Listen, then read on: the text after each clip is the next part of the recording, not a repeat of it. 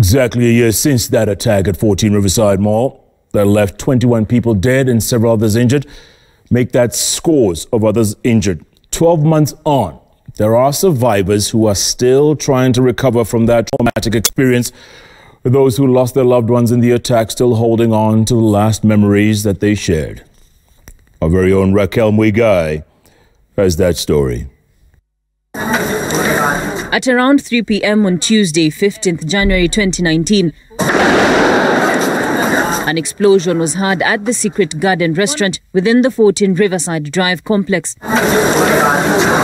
Minutes later, these gunmen made their way into the complex that housed several offices, including an upscale hotel, Dusit D2, and shot indiscriminately. 21-year-old Omala Emmanuel Odima was at the scene when it all unfolded.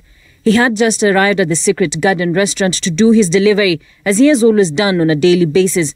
A job he had just taken up when he could not afford to continue with his secondary education. Nikaona two attackers wanakujia hapo hivyo wanaingilia kwa mlango ya Secret Garden, ndo wakaanza kunishoot.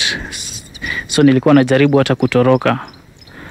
Nikujaribu hivi kutoroka wakanishoot huku kwa mgongo, ndo ikabidi nijifanye nimekufa nikalala chini. So kulala chini ndo akakuja mmoja kaniinua mguu kuona kama nimekufa kabisa, pia nikapretend nimekufa. So akanishoot ya mwisho, alafu ndo akapanda juu. He was shot at 7 times and had to spend 20 days at the Kenyatta National Hospital. Emmanuel Odima counts himself lucky to be alive, but the events of that day has altered a lot of things in his life. Mtu akinishtua ndo inanikumbushanga nyuma sana. Sipendi kushtudiwa ama nikisikia sauti yoyote ile ya mshtuko. Mary Gaishiri might have not been at the complex like Emmanuel Odima, but the attack robbed her of her husband and best friend Dennis Mwaniki, who was working at Cellulant Kenya. They had been married for slightly less than 5 months. Being newly married, we had a lot of plans. We talked at length. I was now called a widow. And with the title widow, there are so many things that come up. There are so many responsibilities that come up. And nobody ever prepares you for such things, and especially at such a time. She says her faith in God, coupled with support from other people, has seen her through the worst of days. One thing I can say about Cellulant, where my husband was working, I felt like continually they have gone over and above to make sure that all the families are taken care of. They keep constant touch. They are always looking for ways to help us out.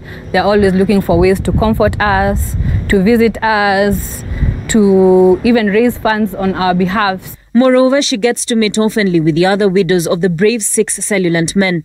People tell me I have extraordinary strength. I think the week after, immediately after the funeral, my husband's parents and I went there, and the OCPD for Kilibani showed us where it had happened, especially for him and for the other 4 people he was with.